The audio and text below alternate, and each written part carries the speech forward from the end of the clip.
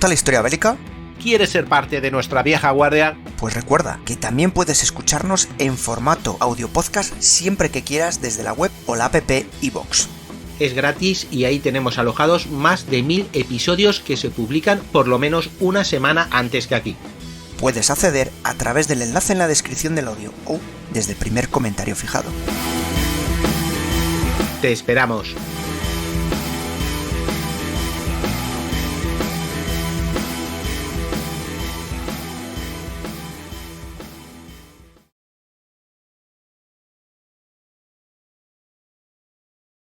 Esto es Aviones 10, una serie antológica de Casus Belli donde hablamos de aviones de todas las épocas. Hola y bienvenidos a un nuevo Aviones 10. Si el amigo Antonio ha sido capaz de hablar del Morien Saulnier 406 y hablar bien, yo creo que de que cualquier cacharro francés se puede hablar bien. Y que Dios me perdone por ello. Así que hoy os traigo un nuevo Aviones 10. Hoy vamos a hablar de la familia de bombarderos, no solamente de un bombardero, la familia de bombarderos, los Amiot 350, ¿vale? Que fue un avión al que aspiraba la Fuerza Aérea Francesa y en la que confiaba que iba a revolucionar todo su paradigma de aviones y vehículos para bombardeo. Así que nada, vamos a hablar de una familia de bombarderos, vamos a hablar de un constructor de aviones, vamos a hablar de una Francia del periodo entreguerra con muchos vaivenes, y en fin, espero que disfrutéis de este Aviones 10. Y nos vamos a ir a una fecha, al 13 de noviembre de 1936, cuando se inaugura en París el 15º Salón de la Aeronáutica en el Gran Palacio. Los visitantes allí podían ver una serie de prototipos expuestos por fabricantes de todo el mundo en un momento, como sabemos que fueron los años 30, de transición tecnológica en la que los monoplanos de metal estaban tomando el relevo a los biplanos de lona que habían triunfado en la Primera Guerra Mundial. Un avión en particular atrajo mucho la atención y causó, por cierto, un gran revuelo: el Amiot 341, un monoplano bimotor presentado como un avión rápido para enlace, es decir, para el correo, pero que todo el mundo que tenía dos ojos entendió que era un bombardero.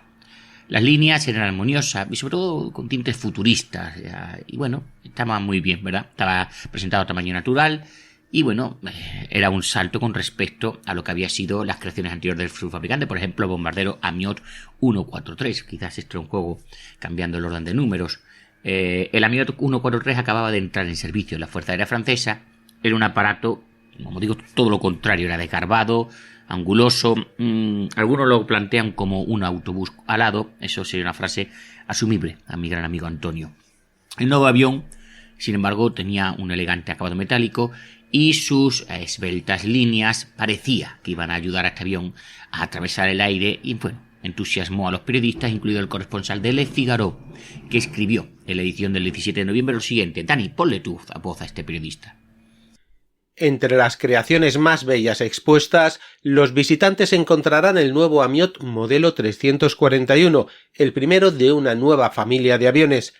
Este aparato, un avión correo rápido, del que también existe una versión de bombardeo rápido y de un avión de transporte, tiene unas líneas absolutamente depuradas y un acabado notable. Las superficies metálicas pulidas del fuselaje y de las alas contribuyen notablemente al rendimiento global. Este avión, que comenzará sus pruebas inmediatamente después del salón, alcanzará una velocidad de unos 475 km por hora. Su constructor era Félix Amiot, y no era en absoluto un desconocido. Había nacido en Cherburgo en 1894. Había sido un mecánico autodidacta cuya familia se trasladó a Issy-les-Moulineaux en 1908. Desde ya sabéis mi francés fatal. El joven creció en una ciudad con numerosos talleres aeronáuticos, lo que confirmó su pasión por la aviación. Fue llamado a filas y bueno, pues se inscribió en los Fusiliers Marines y convertiría en Dixmude en 1914 antes de ser destinado especialmente a la retaguardia en el 15 para trabajar como mecánico en la empresa de Morien Saulnier. En el año 16, con un capital que le prestaron los hermanos Paul y Pierre Wertheimer, perfumistas muy ricos de la zona de Alsacia, fundó la Société de, a ver si lo digo bien, d'Embouteillage et de Construction Mécanique, la SECM, perdonadme ya, que en esta época de guerra recibió inmediatamente pedidos del Estado para la producción, en este caso bajo licencia, de aviones de otros fabricantes. Instalada inicialmente en un taller en París, la empresa se expandió y se trasladó a una fábrica en Colombes en 1918, donde llegaría a construir sobre todo los Breguet 14B2. Y bueno, tras el armisticio, Félix Amiot Gestor sobrevivió a la caída de los pedidos y mantuvo su posición, continuando sus actividades de subcontratación con respecto a otras fábricas. Siguió fabricando el Breguet 14 y a principios de la década de los 20 consiguió contratos para el Breguet 19 y el de Guatín C1. En el año 22 la empresa introdujo sus propios modelos de aviones con el nombre de SECM y luego con el apellido del fabricante Amiot. Se trataba sobre todo de pequeños aviones para turistas y entrenamiento que no tuvieron mucho éxito. Pero en el 95 las autoridades de aviación militar encargaron 80 unidades del modelo Amiot 122, un gran bombardero biplano. Un derivado de este avión, el Amiot 123, atrajo la atención de los medios de comunicación cuando realizó 2 malogrados intentos de cruzar el Atlántico en agosto del 28 y julio del 29, en manos de los pilotos polacos Luis Itzikowski y Kazimierz Kubala. Como digo, no lo consiguieron. La SECM se expandiría en el 29 comprando la fábrica del antiguo fabricante de hidroaviones LATAM, que se situaba en Caudebec en Co, actualmente conocida como Rives en Seine. Construida esta en una orilla del Sena cerca de su estuario Normandía. Fue aquí donde se trasladó la mayor parte de la capacidad de producción de la empresa, que en 1930 presentó el bombardero bimotor de ala alta, el Amiot 140, uno de los cuyos derivados, ya lo he mencionado antes, el Amiot 143, recibió un pedido en serie de 138 aparatos por parte de las fuerzas aéreas francesas y que comenzaron a serle enviadas o a llegarle en el año 35. Mientras que esta planta, como he dicho antes, en Caudebec en Co funcionaba a pleno rendimiento en esta época, la de Colombes seguía en funcionamiento, centrándose en el diseño y la producción de los prototipos de la empresa. Un equipo de ingenieros dirigidos por Jean Calvi propuso un diseño elegante al gobierno francés. A principios de la década de los 30, Félix Amiot se había dado cuenta de que los biplanos eran técnicamente poco prácticos y había dirigido a sus ingenieros hacia estudios de monoplazas con tren de aterrizaje retráctil, una novedad en aquella época. Su estudio más logrado, el SECM E7, ya se distinguía de sus anteriores producciones por su pureza de sus líneas y fue presentado, en este caso en forma de maqueta a escala reducida, en el Salón Aeronáutico de París del año 34. Este proyecto evolucionó en el año 35 con el nombre de Amiot 340, un bombardero triplaza, y el 10 de marzo del 36 se presentó a las autoridades militares una maqueta con la disposición de cómo va a ser el fuselaje. Poco después se encargó un prototipo bajo el contrato 106/5 firmado por Pierre Cot, junto con un derivado diseñado para batir récords. Mientras se construía el bombardero, a finales del 36 las autoridades públicas exigieron que fueran propulsadas por motores hispano-suiza 14AA en estrella, que desarrollaban en aquel momento 1100 caballos. Una mala elección. Resultó que este motor era muy poco fiable, como demostró Félix Amiot, que le hizo probar montándolo en un aparato que ya tenía, un Amiot 143.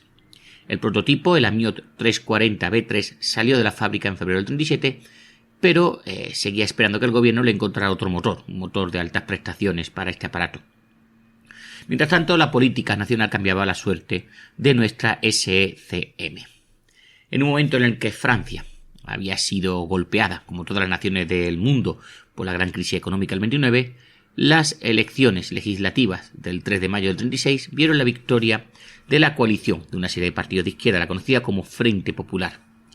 Incluso antes de que el nuevo gobierno fuera nombrado por el presidente de la República, una serie de huelgas, a menudo acabando con ocupaciones de fábricas, sacudieron el sector aeroespacial entre mayo y julio del 36 y se extendieron a todos los sectores de la economía.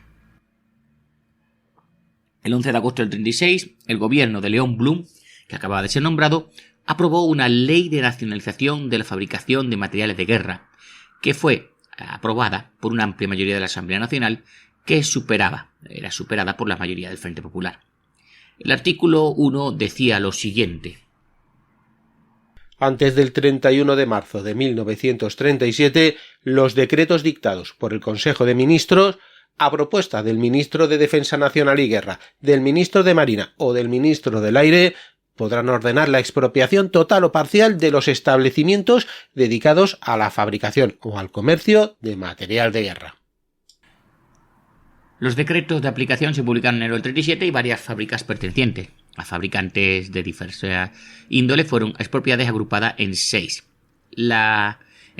sociedades nacionales de construcción aeronáutica, en este caso conocidas como SNCA, cuya gestión, por cierto, se le ofreció a sus antiguos propietarios. Es decir, les expropiaban, pero te dejaba que siguieras gestionando la fábrica. Félix Amiot apenas simpatizaba con la idea del Frente Popular y menos aún con la perspectiva de un control estatal. Se le citó diciendo a una delegación visitante que preferiría ir a plantar patatas antes de aceptar un puesto del director de una empresa nacional. Sin embargo, a pesar de todas las presiones que pudo hacer para resistirse a la nacionalización, su modernísima planta de Caudebec en Co, que producía los bombarderos Amiot 143, atrajo el interés de las autoridades que decidieron nacionalizarla en el 37. La planta pasó a formar parte, lo dicho antes, de la Sociedad Nacional de Construcción Aeronáutica, en este caso del Norte, SNCAN, dirigida por Henri Potez. Félix Amiot, cuyas protestas son fáciles de imaginar, me lo puedo imaginar gritando por todas las esquinas, perdió la mayor parte de su capacidad de producción, aunque conservó su fábrica de Colombes, que como he dicho antes, pues era la que utilizaba para diseñar y desarrollar prototipos. No recibió la indemnización hasta 2 años más tarde y se negó a reinvertirla en la misma Sociedad Nacional de Construcción Aeronáutica, concentrándose en este caso en la adquisición, con lo que habían dado indemnización, de una nueva fábrica que abrió en Cherburgo en el año 38. Con este telón de fondo político algo turbulento, el primer prototipo surcó los cielos el 25 de julio de 37 en manos de pilotos de la compañía, del piloto de la compañía Jacques Fickinger y del mecánico de vuelo André Vigroux. No se trataba del prototipo de bombardero de la Amiot 340 que se había presentado en el Salón Aeronáutico en el 36, sino de un derivado biplaza diseñado para vuelos rápidos de larga distancia. En este caso era la Amiot 370. Sus líneas, si caben, eran aún más estilizadas que las del 340, ya que la capota de la cabina desaparecía y el piloto se alojaba en el interior del fuselaje, justo detrás de un morro que presentaba cristalado. El avión fue encargado, a partir de los planos elaborados por Pierre Cot, ministro francés del aire, en octubre del 36, para participar atentos en una carrera internacional organizada por el mismo gobierno francés y que debía unir las ciudades de Nueva York y París. El objetivo era celebrar el 10º aniversario de la primera travesía transatlántica. Al darse cuenta de que esa ruta sería peligrosa, el gobierno francés cambió de opinión y finalmente organizó la carrera entre la ruta Istres-Damas-París, con salida el 20 de agosto del 37, con la esperanza de ver triunfar a un avión francés. La carrera evidentemente atrajo el interés internacional y 22 competidores se inscribieron para el 1 de mayo del 37. Para Amiot, o para la empresa de Amiot, se trataba inicialmente de una carrera contrarreloj para desarrollar el Amiot 370 equipado con 2 motores de la Hispano, en este caso el modelo Hispano 12Y, similares a los que ya montaba el Morane 405. Su fabricante estimaba que podrían recorrer una distancia de 7.000 kilómetros a una velocidad media de 400 km por hora y a una velocidad máxima en algunos momentos de 475, lo que le daba una ventaja técnica considerable sobre los aviones de la época. Pero no hubo tiempo suficiente para completar el proyecto. El avión fue desmontado y transportado en tren al aeródromo de Istres a principios del verano del 37. Desgraciadamente resultó dañado durante el transporte y tuvo que ser reparado por los mecánicos in situ. Tras su vuelo inaugural el domingo 25 de julio del 37, las pruebas continuarían en presencia de Maurice Rossi, capitán de las Fuerzas Aéreas Francesas y famoso piloto de diversos raids, que iba a tomar los mandos para esta carrera internacional. La problemática refrigeración que presentaban estos motores hispanos, lo he dicho antes, el 12Y, hizo necesarias modificaciones en el avión que llegaron a ser retirado poco antes de la salida. La carrera, sin embargo, siguió adelante y Maurice Rossi tuvo que conformarse con un Caudron C640 Typhoon que se le entregó para la carrera. Al final triunfaron los trimotores italianos Savoia Marchetti SM-79, cuyos 8 participantes fueron los primeros en llegar a Damascus antes de regresar a París, y ocuparon los 3 primeros puestos de la carrera, llegando el primero a una velocidad media de 352 km por hora. El primer francés, en este caso que llegó, fue Paul Codos, que terminó muy por detrás en un Breguet Fulgur a 294 km por hora, y Maurice Rossi con su Caudron pues tuvo que abandonar en ruta. Este fue un revés y una desgracia para la aviación francesa, visto como una humillación en muchos titulares de prensa, y se produjo pocas semanas después del fiasco del Salón Aeronáutico de Zúrich, donde los cazas Messerschmitt 109 alemanes dejaron atrás a los de Whiting 510 franceses en la mayoría de las pruebas, ya que el Ministerio del Aire no quiso llevar o presentar a los dos prototipos del Morén 405. Estos dos contratiempos sucesivos se convirtieron en una crisis política, ya que el ministro del Aire, Pierre Cot, fue duramente atacado y cayó en enero del 38 tras un tormentoso debate en la Cámara, donde, por cierto, se le interrogó sobre por qué estaba teniendo retraso la producción del Morén 405.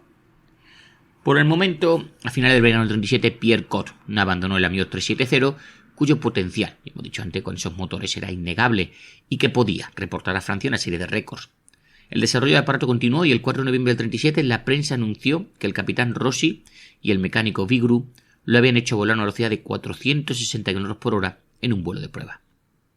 El 5 de noviembre se propuso batir el récord mundial de velocidad sobre una distancia de 1000 km con una sola carga, que en ese momento estaba en poder de una tripulación italiana que lo había hecho a 423 km por hora. Fracasó por poco en la ruta Istres-Chamon-Istres, alcanzando una velocidad media de 410. Hizo otro intento el 11 de noviembre en la ruta Istres-Cazaux-Istres, pero fracasó de nuevo debido a las condiciones meteorológicas presentes. Pero el 8 de febrero del 38, partiendo de Oran para realizar un total de 3 giros hasta Meknes, que sumaban 2000 kilómetros, 3 giros, 3 vueltas, 3 rutas, la tripulación Rossi-Vigru logró completar su vuelo con una carga de 2000 kilos a una velocidad media de 437 km por hora, batiendo de paso 4 récords mundiales de velocidad con carga que hasta entonces ostentaba la velocidad italiana. La prensa francesa rápidamente saboreó la victoria con mayor fervor a medida que aumentaban los retrasos en la producción y las decepciones en la industria de la aviación militar francesa.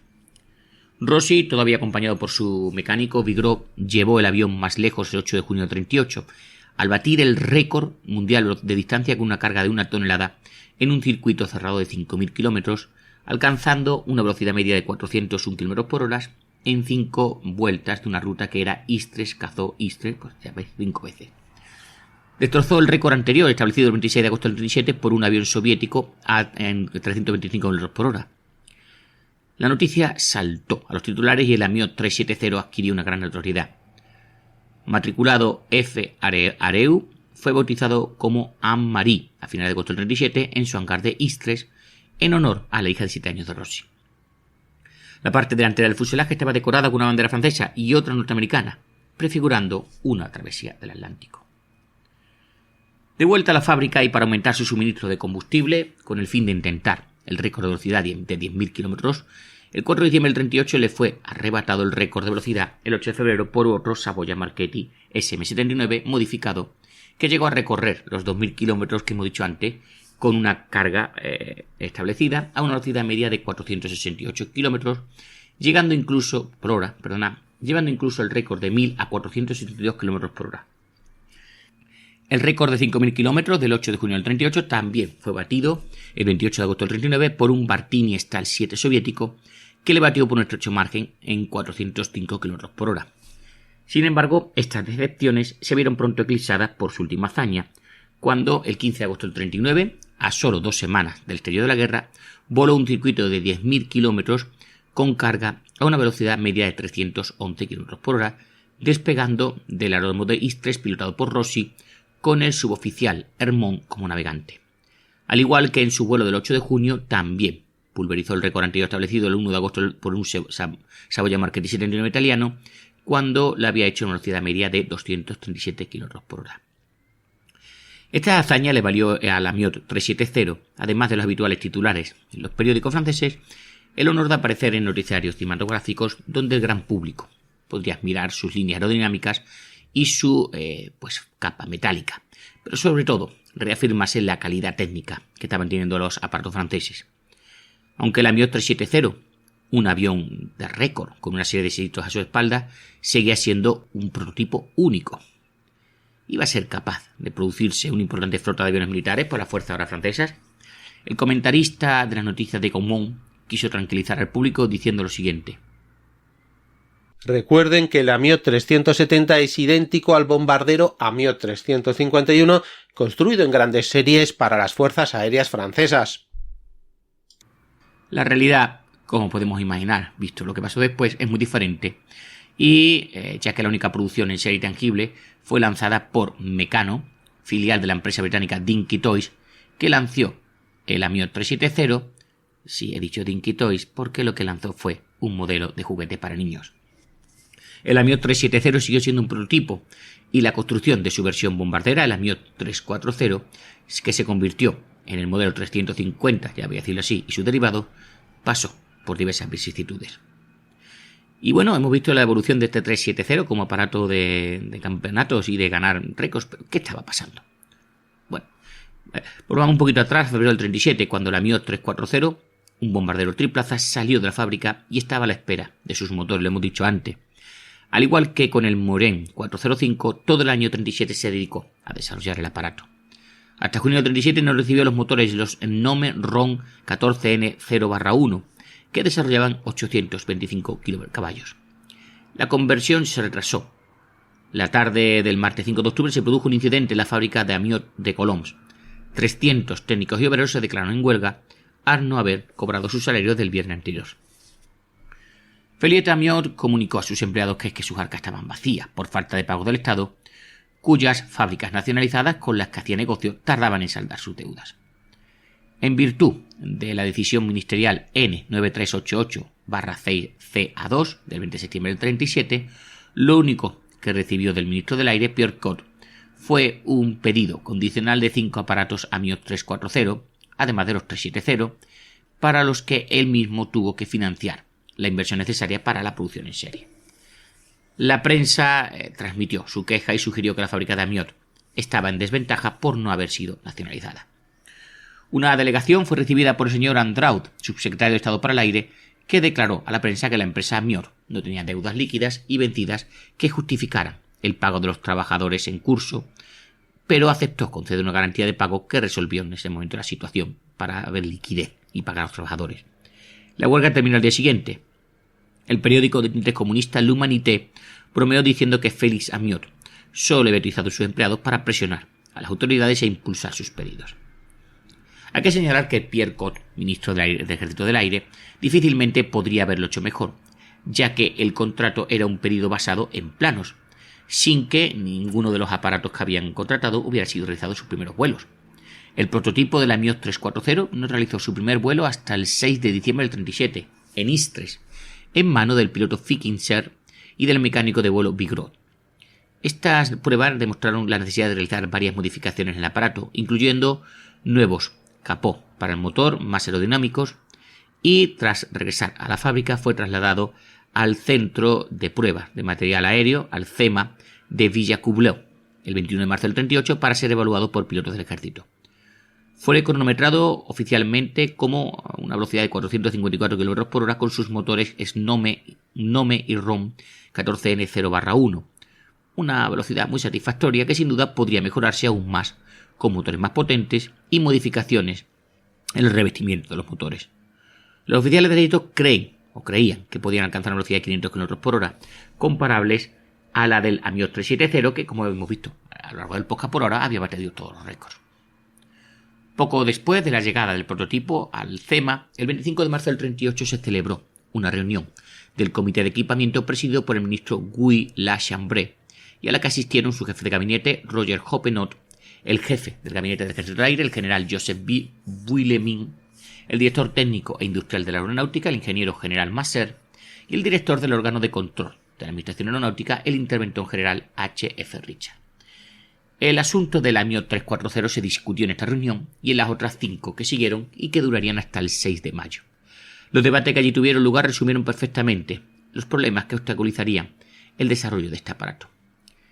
En primer lugar, aunque el Amiot 340 se jugaba muy prometedor sobre la base de las pruebas del fabricante y de las prestaciones que observaban sus derivados, que en este caso el Amiot 370, pues digamos que el 340 no respondía a la expectativa del Ejército del Aire. Diseñado fuera del programa como triplaza, no cumplía los requisitos del programa de bombarderos cuatriplaza. En este caso se había hablado del cuatriplaza B4 y era un programa lanzado en el 34. En el marco de este programa, el Ejército del Aire francés seleccionó el Liuret y el Olivier Le O-45, que llegó a llevar su primer vuelo el 16 de enero del 37. El avión de producción a partir del prototipo tuvo que ser transformado entonces en cuatriplaza y rebautizado en este caso como Amiot Amiot 350, con espacio para un cuarto tripulante que desempeñaría las funciones de radio y artillero inferior, lo que no estuvo exento de limitaciones técnicas. Otras dificultades técnicas surgieron cuando se hizo evidente que los depósitos de las alas eran muy difíciles de desmontar y sobre todo no estaban protegidos. El ministro ordenó que se proporcionara un mínimo de protección para que la modificación no obstaculizara la producción. Sin embargo, había un requisito que planteaba serios problemas técnicos. El avión debía estar equipado con 2 alas de cola para no interferir en el campo de tiro del artillero de cola.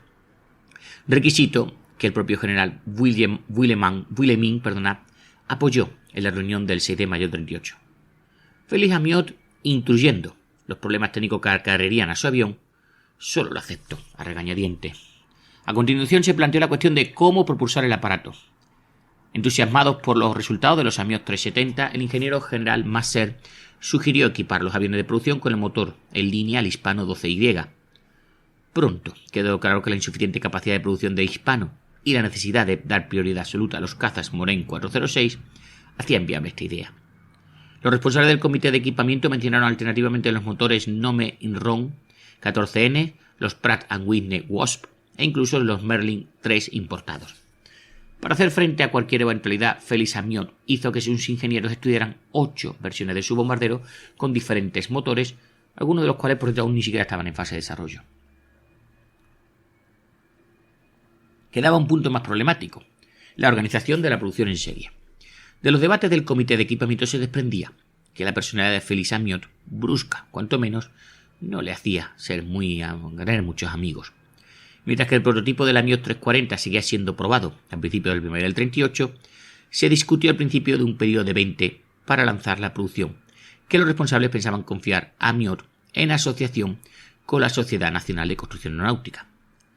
La verdad que Félix Amiot no respondió favorablemente a esta posibilidad hasta tal punto que el ingeniero general Masser declaró en una reunión del comité del 28 de abril del 38 que Amiot tiene dificultades para llegar a un acuerdo con la fábrica de Bourget sobre la producción de este avión. El ministro Guy Lachambre pidió que se interviniera para forzar a este individualismo que presentaba siempre el señor Amiot. En la reunión del comité del 6 de mayo del 38 se discutió la cuestión de aumentar el pedido a 100 aparatos. Amiot hizo saber a las autoridades que podía construir el mismo su bombardero en serie, siempre y cuando se le devolviera su antigua fábrica de Caudebec & Co. El ingeniero general Masser descartó esta posibilidad y declaró que no se puede confiar en esta fábrica porque está construyendo las colas de los Potes 63, dándole trabajo suficiente a sus 400 obreros. El señor Hoppenot también intervino diciendo lo siguiente: hemos hecho grandes pedidos a la SNCA, cuya situación y recursos son bien conocidos. La cuestión es mucho más grave cuando se trata de fabricantes libres. Tienen que dar garantías serias en cuanto a instalaciones, herramientas, recursos financieros. ¿Por qué no podemos arriesgarnos a vernos privados de ese crédito y de lo que es mal comprometido en esas fábricas? Fue apoyado en este momento por el interventor general Richard y por el ingeniero general Masser, quien precisó que esta declaración se refería únicamente, por cierto, a la fábrica de Amiot.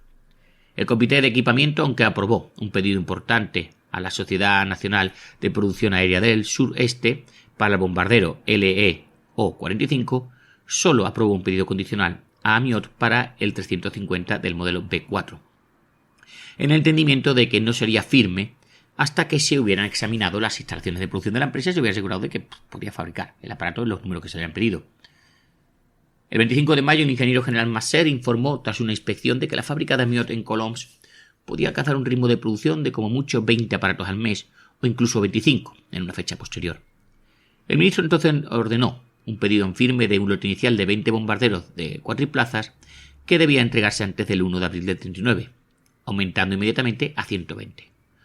Los 20 primeros debían estar equipados con motores hispanos y 100 con motores Nome Ron 14N21. Félix Amiot objetó que necesitaría tiempo para estudiar las adaptaciones de los motores Nome Ron.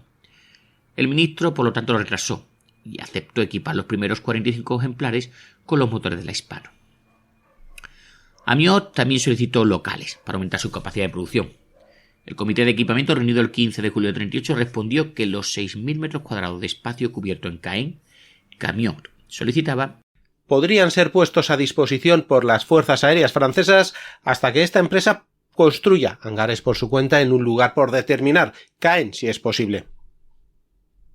El acuerdo fracasó y en 1938, Félix Amiot abrió su segunda fábrica en Cherburgo con sus propios fondos. Entre tanto, el Amiot 340B3, que finalizó sus pruebas en CEMA a principios de mayo del 38, regresó a Istres para nuevas pruebas del fabricante. Se le habían instalado nuevos capós para los motores. Fue sacado de Istres por decisión del ministro, que ordenó su presencia en Villacoublay el 11 de julio del 38, donde debía ser presentado al público durante la Fiesta del Aire, junto con todos los prototipos de aviones de producción de la Fuerza Aérea Francesa. Todo ello en presencia de los representantes de la RAF. Era un acontecimiento necesario para calmar las dudas de la opinión pública sobre los retrasos en el equipamiento de la Fuerza Aérea Francesa frente a Alemania e Italia.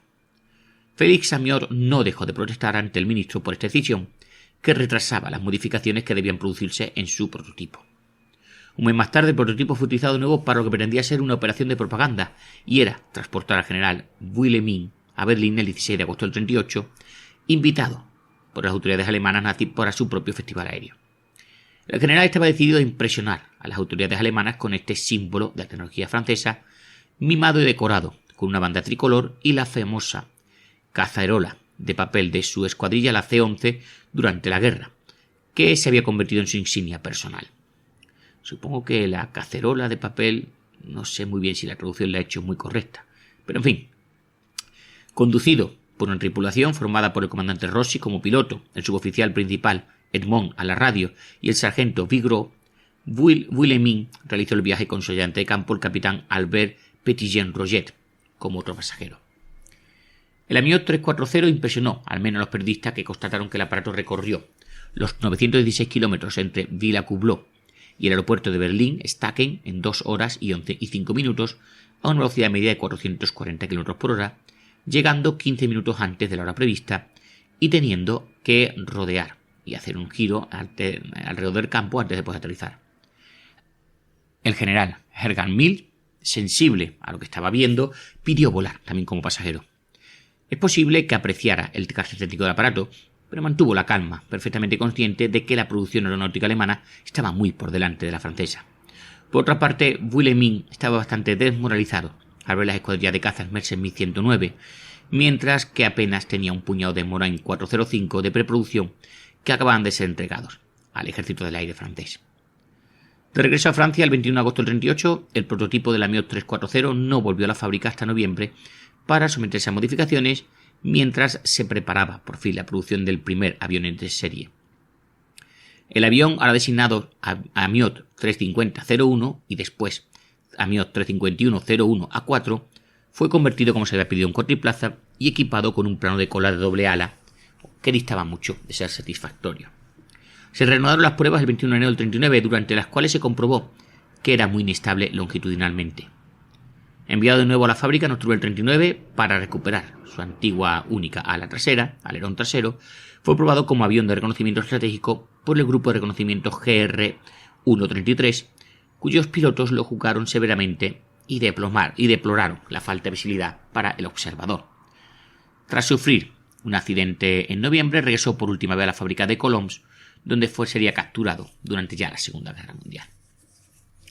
Mientras tanto, la producción del avión de alta gama se retrasaba. En la reunión del Comité de Equipamiento del 21 de octubre del 38, el ministro Guy Lachambre perdió la paciencia y declaró que «Haremos construir la serie por una fábrica nacional si Amiot no quiere hacer nada».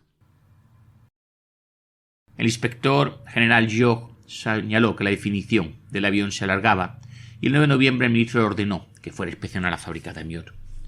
La necesidad de bombardero era prioritaria y el número total de aviones encargados ascendía ya a 285, insistiendo el general Vuillemin en la necesidad urgente del Amiot 350. Félix Amiot fue convocado ante el Comité de Equipamiento el 16 de enero del 39.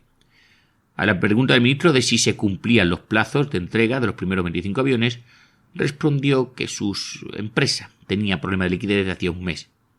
«Ya no puedo más. Lancé mi producción para 25 aviones al mes. Mis recursos eran suficientes, pero usted me pide que aumente mi producción a un ritmo de 5 aviones al día. Los recursos de la empresa no lo permiten. He entregado al ministerio una lista de las máquinas que necesitamos para ello. Por el momento, los bancos también se niegan a apoyarnos. La verdad que culpaba del retraso de los pagos al gobierno. El ministro se sorprendió. Un informe de la Inspección de Finanzas, a petición suya, fechado el 19 de octubre del 38, había demostrado que Amiot ya había recibido 12 millones de francos en concepto de anticipo del Estado por sus pedidos, mientras que su empresa había tenido que desembolsar casi 18 millones. Es decir, al final Amiot había puesto 6 millones de su bolsillo. Sin embargo, esta suma incluía unos 5,5 millones de francos gastados en la nueva planta de Cherburgo, por los que había recibido una compensación de su planta de Caudebec en Co. Aunque la situación financiera real de Amiot no estaba nada clara, el hecho de que el Estado pagara con retraso le obligó a buscar apoyo bancario que era difícil de encontrar. Una situación similar a la que se estaba enfrentando la empresa de Morin-Saulnier en la misma época y que mermaba su capacidad para invertir en nuevas máquinas y herramientas. Se llegó por tanto a un nuevo acuerdo financiero, pero también se acordó que la Sociedad Nacional de Construcción Aérea participaría en la producción del Amiot 351 y sus derivados. La SNCA del centro, con su fábrica de Villacourt, antes conocida como Farman, actuaría como subcontratista produciendo los empenajes y parte de los fuselajes, mientras que Amiot produciría la mayor parte de los fuselajes en su fábrica de Bois-Colombes y las alas en su fábrica de Cherburgo. Amiot también realizaría el montaje final de estos subconjuntos en sus instalaciones de Le Bourget. También se encargó a la Sociedad Nacional de Construcción Aérea que organizara una línea de producción completa que no pudo completarse antes del armisticio. Sin embargo, el desarrollo del avión no progresaba más rápidamente. La cuestión de los motores sigue siendo debatida por los distintos comités de equipamiento. Finalmente se decidió entregar motores Nomen-Rom 14N3839 para el primer aparato, con la esperanza de cambiar más adelante a motores Rolls-Royce Merlin importados de Inglaterra. Se entregarían muy pocos Merlin para las versiones Amiot 353 y 356. Así solo se fabricó, para que den ideas, un 356 con estos motores Merlin. En cuanto a los Nomen-Rom 14N3839, la cuestión de su refrigeración también dio lugar a muchos malentendidos.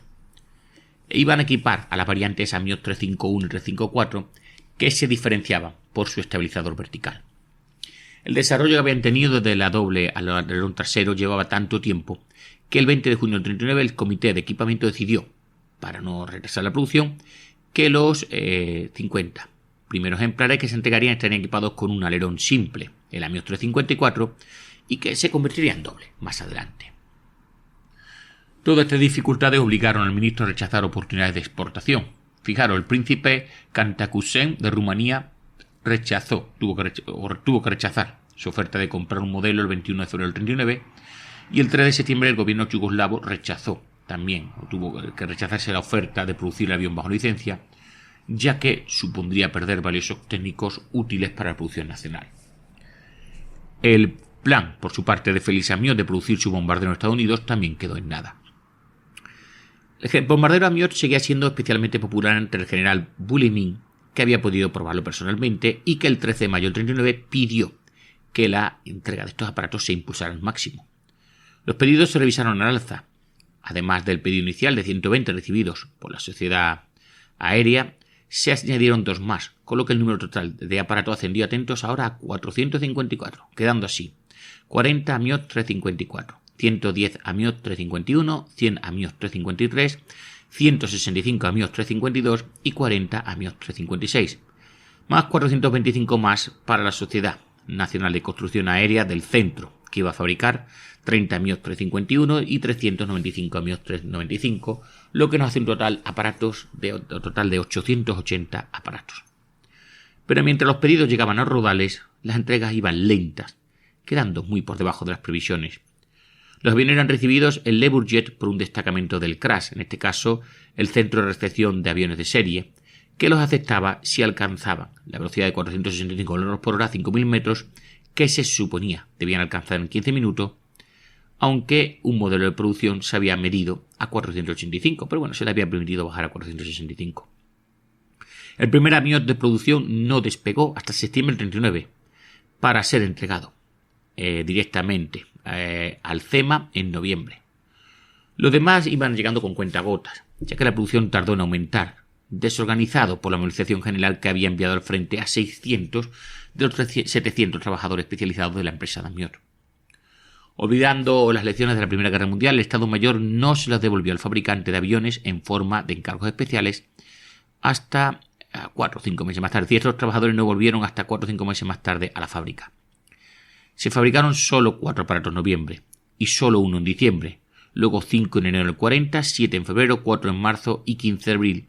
De modo que el 10 de mayo del año 40 las fuerzas francesas solo contaban con 38 aparatos, 13 de los cuales habían sido entregados a las unidades de combate. Es fácil imaginar lo decepcionado que estaba en ese momento el ministro del Aire, Guy Lachambre, con todos estos contratiempos. Pero no estaba al final de su sorpresa en las últimas reuniones del comité de equipamiento. El 4 de noviembre del 39 se enteró de que el avión de producción principal había sido inspeccionado en el CEMA por un oficial de la quinta oficina que indicó que la disposición para aparatos militares dejaba mucho que desear. La posición, por ejemplo, de tiro superior trasera, equipada con un cañón de 20 mm, tenía una visibilidad extremadamente mala. Era imposible, por cierto, cambiar el cargador de 30 cartuchos del cañón en vuelo. La ametralladora delantera móvil también ofrecía su buena ración de errores. Por último, la mira de bombardero de Bon-Savia estaba colocada de tal forma que impedía al bombardero seguir la aproximación al objetivo. Guy Lachambre golpeó cuenta la mesa con el puño y expresó su sorpresa por el hecho de que estos descubrimientos llegaran a su conocimiento justo cuando se iba a publicar la compra de una serie de aparatos. Le dijeron que el Amiot 351, construido al margen de cualquier norma administrativa, no había sido sometido al procedimiento habitual para estudiar el equipamiento de una maqueta. Se había intentado ir demasiado rápido y se estaban encontrando con estos errores. El comité de equipamiento ordenó, por tanto, la instalación de un nuevo morro de cristal, el abandono del cañón del morro móvil sustituido por 2 ametralladoras fijas en la raíz del ala. Por cierto, Amiot proponía ponerles 4, y la instalación de 1 a varias ametralladoras de 7,7 en la posición del tiro dorsal trasera hasta el desarrollo de un nuevo establecimiento, lugar para poner este cañón de 20 mm, en este caso alimentado por cinta.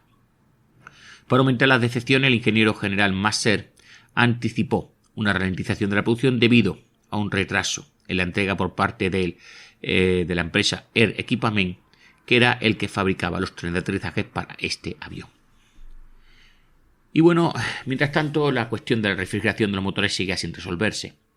Albert Cacut, director de SNCA, acusó a Amiot Atentos de haber dado muestras de la mayor negligencia y mala voluntad al intentar entregar un avión que aún no había sido perfeccionado. Para ser justo con el fabricante de aviones, la dilatación de los departamentos gubernamentales tuvo parte de la culpa en todas las dificultades. Para evitar más retraso, el comité de equipamiento no detuvo la producción y confió en que las correcciones se realizarían en el curso de la producción. El 17 de febrero del 40, uno de los ingenieros del SECM aseguró a la empresa que las correcciones en la parte delantera del avión y en su armamento serían efectivas, atentos, a partir del 75 o el 80 aparatos que produjera y que sería de la fábrica. Estos primeros aviones de producción, considerados no operativos o no buenos para la guerra, por utilizar una terminología de la época, se reservarían para el entrenamiento de las tripulaciones en el Centro de Instrucción de Aviación de Caza y Bombardero, el CIACB, o en las mismas unidades. El 5 de marzo del 40, el general Leopold Reden, director de los servicios de equipamiento militar, alertó a los responsables del comité de equipamiento sobre los nuevos problemas, y decía así: aún faltan por instalar los sistemas de calefacción o los controles eléctricos del flender, del empenaje de cola, entre otros. Además, las puertas de la bahía de la carga útil siguen sin estar montadas y las puertas de la bahía de bombas no ajustan correctamente. En fin, un puto desastre. Los primeros ejemplares del Amiot 354-351 se entregaron en abril del 40 a unidades equipadas entonces con los anticuados Amiot 143 y los Bloch 120. Los pilotos que pudieron probar el nuevo avión reaccionaron muy favorablemente, elogiando su rendimiento y facilidad de manejo. Y el 10 de mayo, la guerra falsa terminó y los alemanes pasaron al ataque. Y al fin, los Amiot 351 y 354 se lanzaron a la batalla.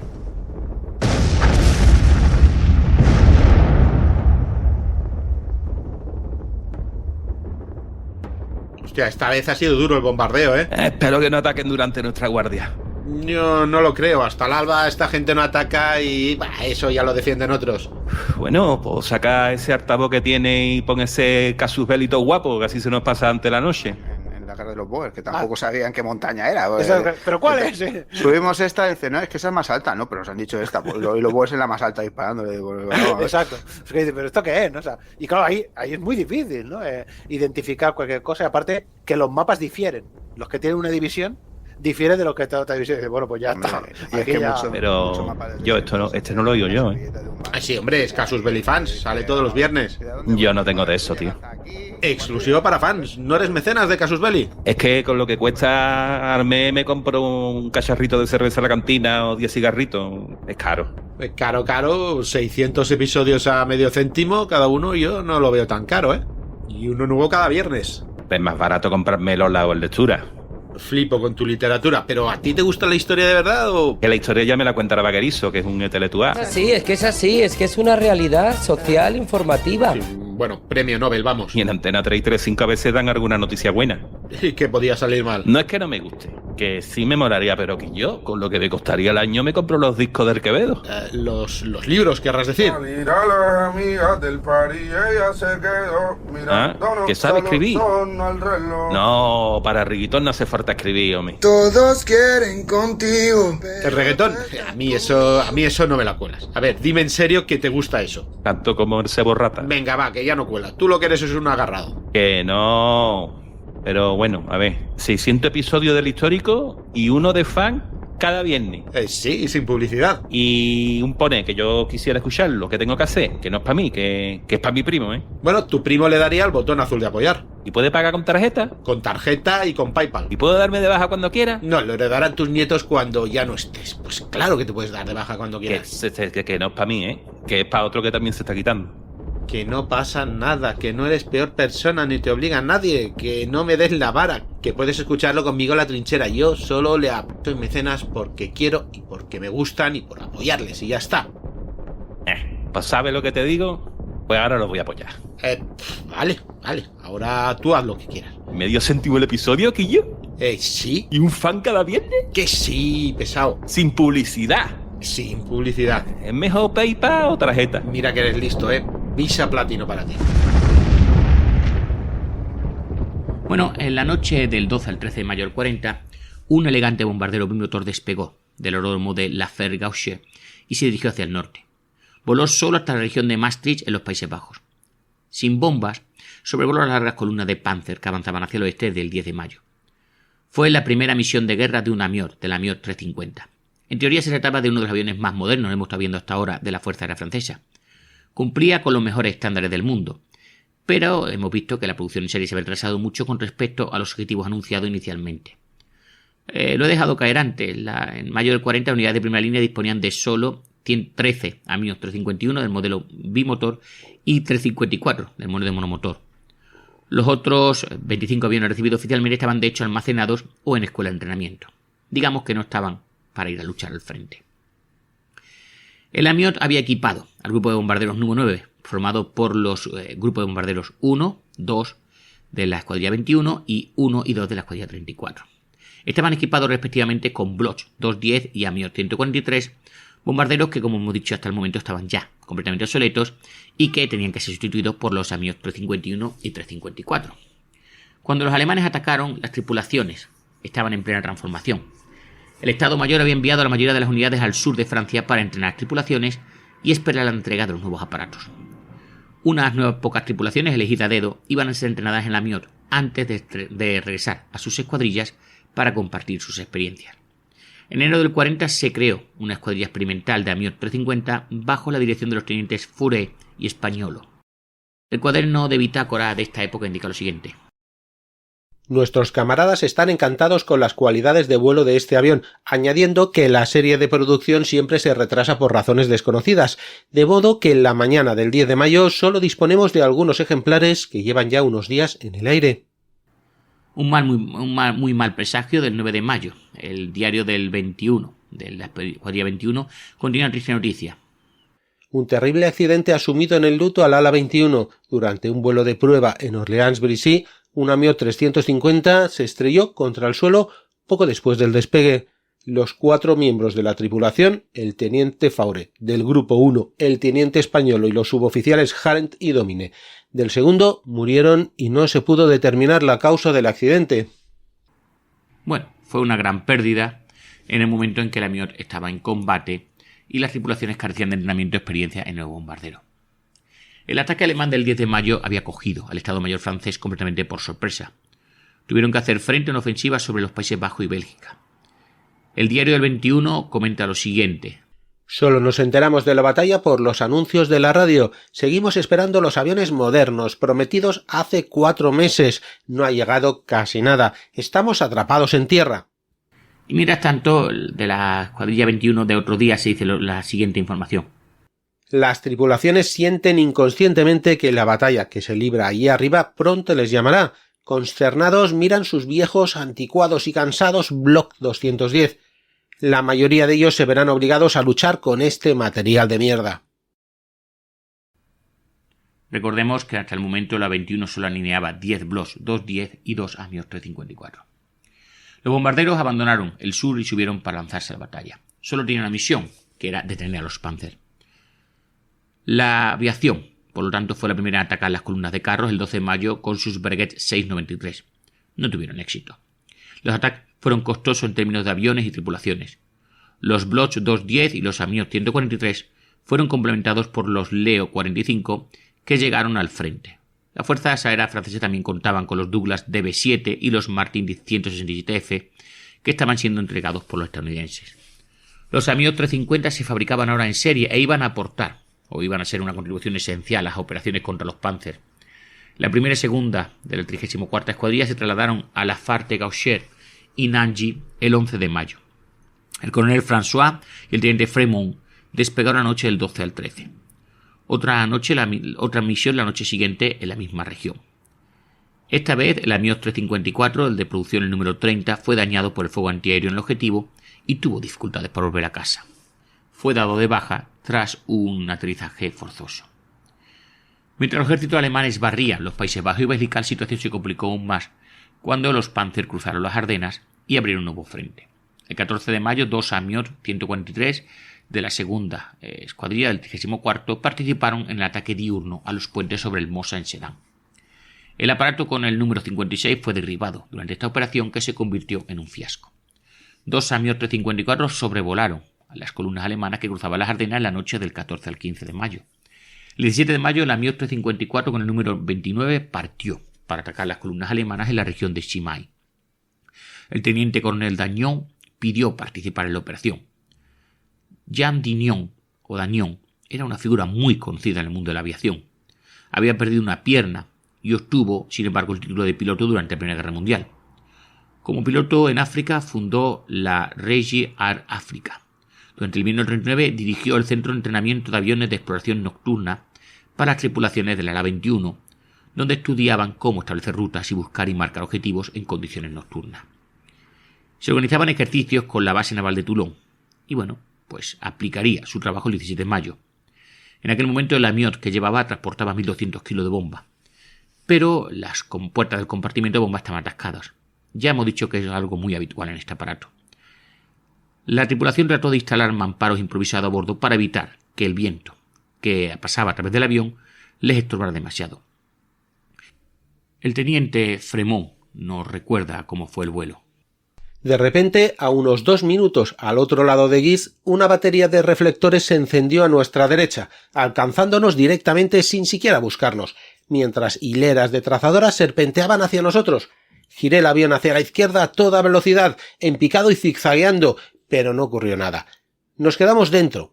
Esta vez la cosa iba en serio y todo sucedió muy deprisa. El Amiot fue alcanzado, se incendió y se estrelló. La verdad que Fremont y el oficial de radio Renault consiguieron saltar en paracaídas y fueron capturados, mientras que Dagnon y el navegante La Bolette murieron. El 18 de mayo los primeros aparatos de la primera y segunda escuadrilla llegaron al aeródromo de la Fare de Gaucher. Venían de su base en el sur, donde las tripulaciones estaban comiéndose literalmente las uñas, según el diario de a bordo de las unidades. El Amiot y los Bloch entraron inmediatamente en acción. Su objetivo era la Capelle, en la frontera entre Francia y Bélgica. Se organizaron 2 incursiones durante la noche para poder apoyar a las tropas en tierra. El diario describe el regreso. Al amanecer todo el mundo estaba allí y la inspección de los aviones reveló algunos impactos, resultado del fuego de la temida Flak alemana. Cansados, regresamos a nuestros alojamientos, recordando los acontecimientos que habían tenido lugar desde nuestra salida de la hermosa campiña de Provenza hacía menos de 20 horas. Nuevas incursiones la noche siguiente. Los aviones saltaron Bapaume, Landrecies y Guise. Las incursiones se organizaron entonces según el principio de reconocimiento armado. Observación de punto y lugares designados por el mando y bombardeo del objetivo elegido por el comandante de la aeronave sobre la marcha. ¿Por qué solo de noche? Bueno, hay unas cuantas explicaciones en el cuaderno de bitácora de la segunda escuadrilla. El grupo solo se desplegó de noche durante el mes de operaciones por 2 razones. En primer lugar, los Block 210, cuyo equipamiento era en gran parte obsoleto, solo podían llevar a cabo misiones nocturnas, pero sobre todo, solo regresaban de ellas por la noche. En segundo lugar, los aviones Amiot, cuyo rendimiento les habría permitido trabajar durante el día, eran demasiado vulnerables frente a una fuerza de cazas numerosa y agresiva, debido a su armamento inadecuado, que tuvo que ser reforzado demasiado tarde. El 20 de mayo, la primera escuadrilla, estoy diciendo primera y segunda escuadrilla son del 21ª ala, ¿vale? Recibió 4 Amiot 354 como refuerzo del EAA 301 en Châteaudun. Posteriormente se recuperaron otros aviones Amiot en circunstancias que ilustran perfectamente la atmósfera que había en esa época. El teniente Henry Lafillette escribió en el Ícaro número 57 lo siguiente. Unos días antes de que el general Weygand tomase el mando, el 17 de mayo de 1940, empezamos a quedarnos sin aviones en el frente. Había una veintena de Amiot 354 Le Bourget almacenados desarmados, ya que el CEMA los consideraba inutilizables en el frente porque no podían confiarse a cualquier piloto. Me convocaron en el Ministerio del Aire y me pidieron que probase uno de estos Amiot para decidir si se podía utilizar o no en el frente. El oficial superior del CEMA en Le Bourget, que había sido informado de mi llegada por teléfono, me recibió con bastante brusquedad y mientras repostaba combustible me informó de que tendría que ir solo. El avión era peligroso y no quería arriesgar a 1 o 2 miembros de su personal. Simplemente le pedí un paracaídas y que arrancase los motores. Pero la casualidad quiso que un comandante del gabinete del Ministerio del Aire, que pasaba por allí y me conocía muy bien, se me acercase y tras ser informado del hecho, a pesar de que el mismo funcionario intentaba disuadirle de probar el avión conmigo, le prestase un paracaídas y me acompañase. Solo tardamos unos instantes en darnos cuenta de que el avión, desguazado por Dios sabe qué razón, era maravilloso y podía ponerse en manos de cualquier piloto con la más mínima formación. Volví al departamento con el comandante e inmediatamente por teléfono se comunicó a las unidades del frente que enviasen pilotos para recibirlo. Otra salida en la noche del 19 de mayo, esta vez sobre Saint-Quentin, Dinant y Rethel. Durante la noche del 20 al 21 de mayo, 2 Amiot 54 de la primera escuadrilla del 21ª ala partieron en misión de reconocimiento armado en el norte y las Ardenas respectivamente. A su regreso se les asignó una misión, más bien simbólica, y partieron hacia Le Bourget con las mejores tripulaciones. La situación era grave para los ejércitos aliados, ahora cortados en 2. El general Weygand, el recién nombrado general jefe, tuvo que ser transportado por encima de las líneas alemanas para unirse a los generales franceses y al rey de los belgas en Ypres para organizar un contraataque. El teniente Henry Lafillette recuerda esta misión tan especial. Le pido disculpas por el incómodo asiento que tuvimos que reservarle en el avión. Es un avión maravilloso, pero se trata de un avión de guerra y es muy difícil acomodar en él algo que no sean los asientos de la tripulación. Estará sentado en el suelo, en el pasillo que conduce a la cabina, recibiendo patadas en la espalda cuando me vea obligado a maniobrar con fuerza. Evito decirle que el avión no está armado, que el cañón que apunta hacia atrás es de madera, que no tenemos enlace por radio con los cazas de escolta. Por el camino, durante la primera parte del viaje, el general que había llegado el día anterior de Siria me contó lo preocupado que estaba por lo que había visto a su llegada a Francia. Esta aparición causó un ligero revuelo entre la tripulación. Debían esperar a cielos más seguros. El general, muy descaradamente, nos hizo una señal para que continuásemos. La altitud relativamente baja nos permitió pasar desapercibidos para el enemigo. Pronto las nubes y la lluvia nos obligaron a volar cerca del suelo. Ráfagas de flak nos rodearon, pero fue en vano. Unos minutos más y aterrizamos en Noren-Fontés, al noreste de Bethune, Weygand salió para reunirse con los oficiales y regresó un poco más tarde. Los aviones se dirigieron entonces a Saint-Infleguer, al sur de Calais.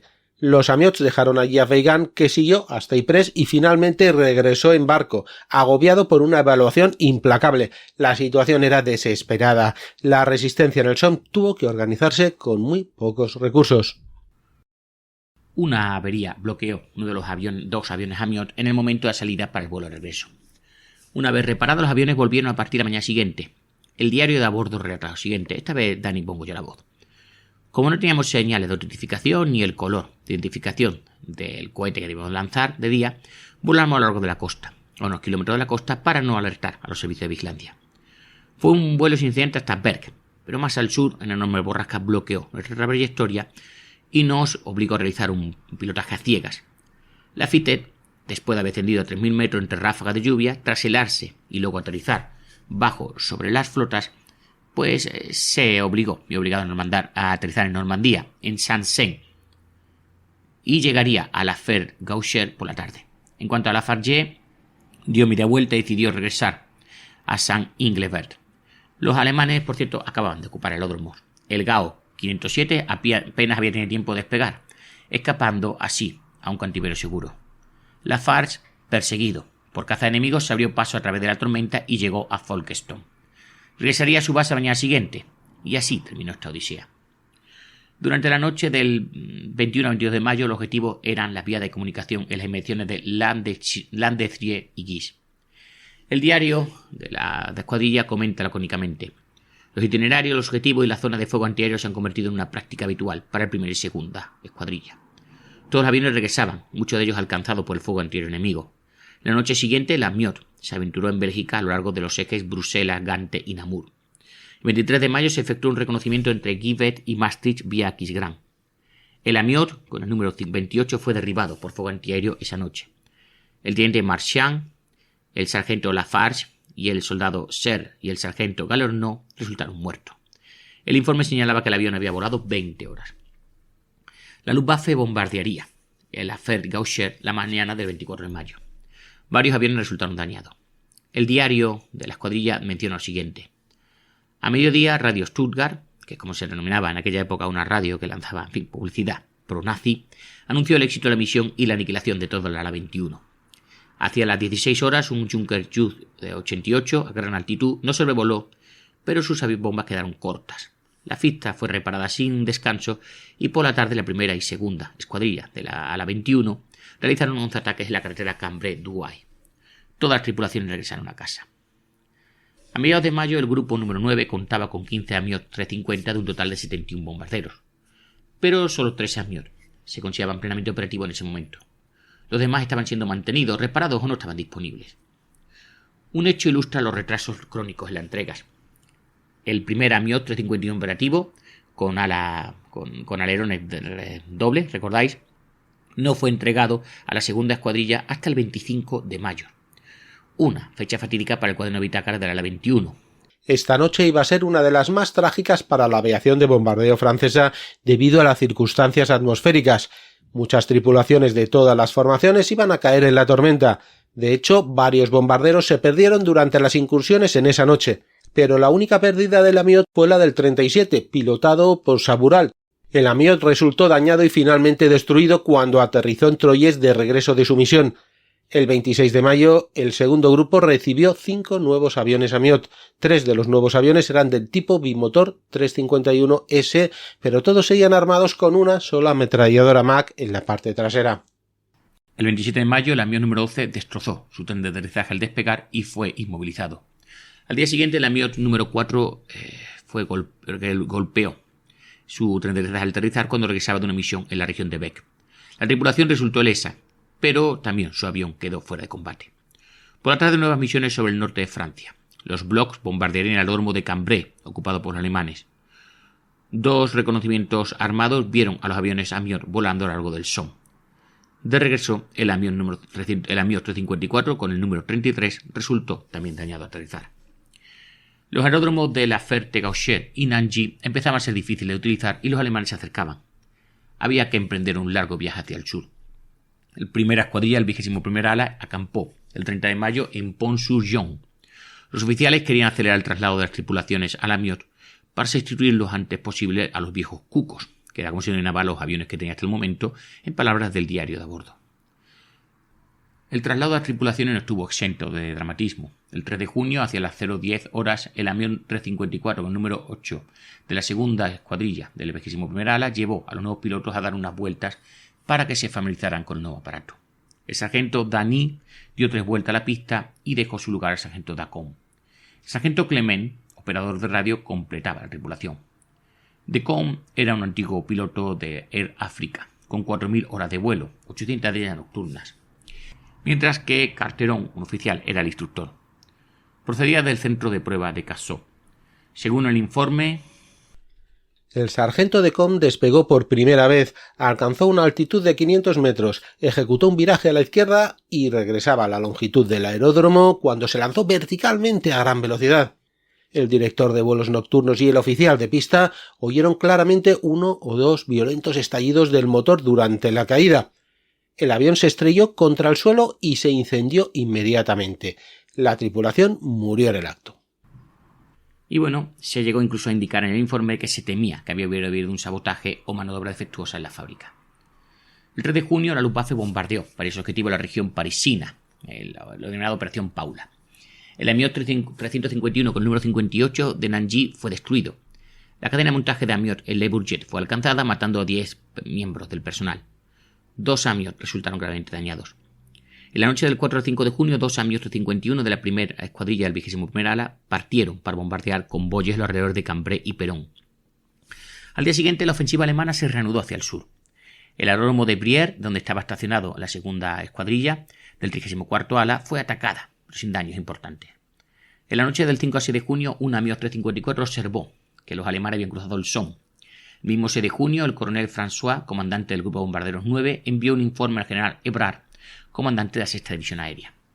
Daba una actualización sobre los efectivos que tenía. Decía: tengo 15 Amiot 351 y 10 Amiot 354 disponibles. E hizo una observación. Estos aviones, con sus notables cualidades de vuelo, tienen una serie de desventajas temporales en términos de uso militar. Estas desventajas se derivan únicamente de la lentitud con la que llegan en formación los equipos necesarios para ciertas modificaciones. Entre ellas se encuentran los problemas con los accionadores de las puertas del compartimento de bombas, el equipo de vuelo nocturno y el armamento de los aviones. En la noche del 6 al 7 de junio se desplegaron 4 Amiot. Los 2 Amiot 354 de la primera ala atacaron objetivos de alrededor de Amiens y Perón. Los 2 aviones de la segunda, ala escuadrilla, bombardearon objetivos cerca de Albert y Bapaume. La noche siguiente, 3 aparatos Amiot atacaron los puentes de barcaza sobre el Somme. La altitud de lanzamiento de picado era tan baja que mientras bombardeaba el puente de Brie, al sur de Perón, el aparato con el número 40 fue alcanzado por la metralla de sus propias bombas y regresó a la base con un solo motor. No menos de 8 Amiot 351 y 354 participaron en ataques de diversa índole en la noche del 8 al 9 de junio. Cada avión bombardeó objetivos en la región de Saint-Quentin. El 351 con el número 72 fue dañado por cazas alemanes cuando aterrizaba en Saint-Florentin. El 7 y 10 de junio llegaron como refuerzo no menos de 6 aviones Amiot, 5 del modelo 351 y 1 del modelo 354. Durante la noche del 10 al 11 de junio, los Amiot se lanzaron contra los nudos de comunicación de Château-Porcien, al norte de Reims. Esa misma noche, un Bf-110 atacó a los aviones que regresaban de una misión no lejos del aeródromo de Saint-Florentin. El Amiot, con el número 39, fue alcanzado, al igual que un Bloch 210. Y bueno, la situación de los ejércitos franceses era cada vez con más dificultad. El diario de marcha subrayaba lo siguiente: no más que en el Somme el avance alemán no pudo ser detenido los Aisnes y fue en el Marne donde se desplazaron los esfuerzos. Los Amiot partieron hacia el sur. El 11 de junio la primera escuadrilla se dirigió a Borneit, la segunda a Dunes-sur-Auron.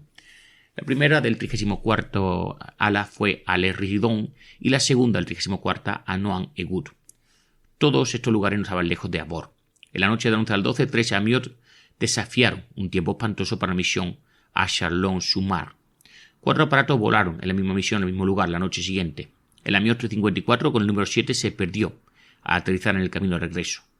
2 tripulaciones partieron en los Amiot número 35 y 64 para atacar objetivos al sur de Montmirel. En el camino de regreso, uno de ellos, el Amiot, que por cierto era un modelo 351, chocó contra una colina en Jumbligny, no lejos de Sancerre, hiriendo al oficial Seurault y matando a un hombre.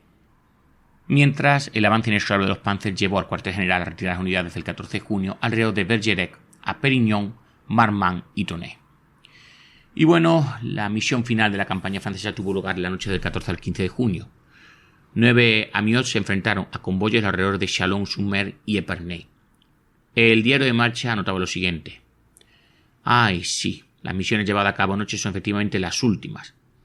La primera y segunda escuadrilla del 21º ala se vieron obligadas a retirarse de Tonnet, que no era suficientemente grande para permitir el despegue de aviación pesada. A continuación aterrizamos en Agen. No hay bombas que podamos utilizar. Pasamos 2 largos e inútiles días en tierra. Una orden del cuartel general nos dijo que partiéramos hacia el norte de África con vista a posible operación en Sicilia y el sur de Italia. Antes de partir, el 17 de junio, una tripulación checa se apoderó del 354 con el número 25, pero desapareció cuando intentaba llegar a Inglaterra. Al día siguiente, un Amiot 351 con el número 78 se estrelló al despegar, matando a parte de sus tripulaciones. Las tripulaciones y los aviones se regruparon en Le Signan. Los últimos 6 nuevos Amiot 351 llegaron al aeródromo de Lande du Bussac. Habían salido de Le Bourget justo antes de la llegada de los alemanes. El prototipo Amiot 356 se estaba incorporando a la flota aérea. Los días 20 y 21 de junio, 33 aparatos Amiot cruzaron el Mediterráneo hacia Oran, la Senia, en Marruecos. El Amiot 354 número 19 se estrelló poco después del despegue, mientras que el 27 desapareció, con su tripulación durante la travesía. Todos los Amiot se regruparon entonces en Cala Yerba, en Túnez. Y bueno, abrimos aquí un paréntesis sobre un Amiot que podemos llamarlo el disidente. El Amiot 354 número 21, que salió del centro de pruebas de Cassó con destino a Inglaterra el 24 de junio, pilotado por un sargento, Raymond Javin. La tripulación incluyó un sargento en función de ametrallador, Jean Bost, a un alférez, Paul Guénin, y a otros suboficiales de la Fuerza Aérea Francesa. En particular, Guénin se encargó de llevar toda la documentación sobre las pruebas en curso desde el centro de Cassó. La mayoría de la tripulación se acabaría uniendo a los franceses libres. El diario de a bordo destaca el estado de ánimo de las tripulaciones reunidas en el norte de África. Decía así: no se ordenó ninguna misión y fue en este rincón del imperio donde la terrible noticia sacudió nuestros corazones. Francia firmaba el armisticio el 22 de junio. Los días pasaron dulcemente. Sin embargo, el trágico accidente del 22 de junio en el que se vio implicada toda la tripulación del 351 con el número 80 de la segunda escuadrilla del 24º ala fue motivo de luto. Una investigación y un examen de la aeronave revelaron fallos que hacían pensar en un sabotaje. El 27 de junio los aviones fueron inmovilizados en tierra. El 4 de julio, tras el ataque a la flota francesa en Messel-Kibir, los aviones volvieron a estar en condiciones de volar, pero la prohibición de vuelo seguía en vigor. El 5 de junio, el general Vuillemin, jefe de Estado Mayor de las Fuerzas Aéreas Francesas, concedió la Cruz de Guerra a 16 oficiales y 20 suboficiales. El gran tema del momento era el plan para bombardear Gibraltar, como señala el cuaderno de bitácora de la primera escuadrilla del 21º ala. Decía así: del 10 al 14 de julio los aviones fueron reequipados con vistas a posibles operaciones contra Gibraltar. Nada menos que 19 aviones Amiot fueron cargados con bomba el 14 de julio. Sin embargo, la incursión fue cancelada. Según decía, los vuelos de entrenamiento se reanudaron el 30 de junio. Del 6 al 17 de agosto se mantuvo el estado de alerta contra Gibraltar. Por cierto, si queréis saberlo, los franceses bombardearon por fin Gibraltar los días 24 y 25 de septiembre. El 29 de julio, un Leo 45 perdió los frenos en la zona de aparcamiento y dañó a un Amiot 354, el número 29. En la noche del 3 al 4 de agosto, en medio de una tormenta, un Potet 540 rompió sus amarras con los que estaba sujetada a tierra y en su movimiento dañó 5 aparatos. El 15 de agosto, las unidades equipadas con Amiot 351 y 354 recibieron orden de regresar a Francia. El 23 de agosto, 26 aviones cruzaron el Mediterráneo. 2 Amiot 351 y el 356, que había el único, le siguieron unos días más tarde. Los Amiot se alinearían en la enorme pista de Istres-le-Touvet. Las unidades Amiot fueron disueltas el 31 de agosto. Se dieron órdenes de desmantelar el armamento, las hélices, los magnetos y los aparatos de radio, ya que los alemanes no querían que los Amiot siguieran en marcha, como decía el diario de la 21ª escuadrilla del segunda ala. Y bueno, la carrera de los Amiot 351 y casi este podcast habían terminado. ¿Qué balance puede hacerse? Bueno, La verdad que es difícil discernir dentro de cada ala las misiones cumplidas por los AMIOT y los demás aviones, porque como hemos visto estaban mezclados. En total, entre abril y finales de junio del 40 se llevaron a cabo 64 misiones de reconocimiento y 454 misiones de bombardeo nocturno. A finales de junio, 33 AMIOT 350 estaban en servicio en unidades de primera línea, 9 del modelo 354, 23 del tipo 351 y el solitario 356. Un total de 13 AMIOT 350 se perdieron en operaciones. Una docena de aviones estaban siendo revisados o almacenados. Según el fabricante, en junio del 40 se estaban construyendo 198 AMIOT 350 en diversas fases de terminación. El objetivo de 50 aparatos al mes para octubre del 40 parecía que iba a ser alcanzable. Al mismo tiempo, las fuerzas aéreas francesas contaban con algo más de 360 del modelo Leo 45. Por tanto, su carrera continuó, lógicamente. La producción incluso se reanudó a finales del 41 cuando la producción del AMIOT 350 se había detenido en junio del 40. El buen rendimiento de la familia AMIOT 350 interesó al gobierno de Vichy, que buscaba un avión correo para volar a Djibouti. Se modificaron los AMIOT 356 y 370, seguidos de 3 AMIOT 354. Solo los dos primeros se utilizarían con matrícula civil. Entre julio del 41 y noviembre del 42 realizarían 12 viajes a Djibouti. Y bueno, tras la invasión de la zona sur en noviembre del 42, el destino de los AMIOT 350 era incierto. La Luftwaffe se hizo cargo de los aviones de la Fuerza Aérea durante un breve periodo. El AMIOT 370, por cierto, fue desguazado en el 47. Tras un accidente en Dakar en mayo del 42, el AMIOT 354, con matrícula FBACQ, fue finalmente devuelto a Francia. Fue modificado el Le Bourget con motores estadounidenses Pratt & Whitney R1830 por el grupo ministerial aéreo. No voló mucho hasta marzo del 49, cuando desapareció del servicio. Y con este marcamos el final del AMIOT 350 y de los aviones del fabricante. Después de la guerra, Félix Amiot se especializó en la construcción naval. No cabe duda, y ya terminamos, que al igual que el Dewotin 520, el AMIOT 350 tiene su lugar entre los aparatos caracterizados por la expresión demasiado poco y demasiado tarde para ninguna guerra. Y nada, hasta aquí este podcast de 1 hora en el que le he pedido a Dani que ponga muchas veces la voz, porque quería contaros, pues eso, los aviones, los 350, y bueno, perdóname si a veces era un poco confuso, el artículo era sacado de una revista francesa y ha costado, ¿vale?, traducirlo y entender muchas cuestiones. Y nada, si os ha gustado este podcast, este Aviones 10, ya sabéis, comentar, compartir, darle un like. Gracias, Dani, por poner la voz a tantos personajes en el podcast de hoy. Soy Esau Rodríguez, esto ha sido un Aviones 10 para Casus Belli, un saludo y hasta otra. Esto ha sido todo en Aviones 10, una serie antológica de Casus Belli donde hablamos de aviones de todas las épocas. Comenta, comparte y danos un like si te ha gustado.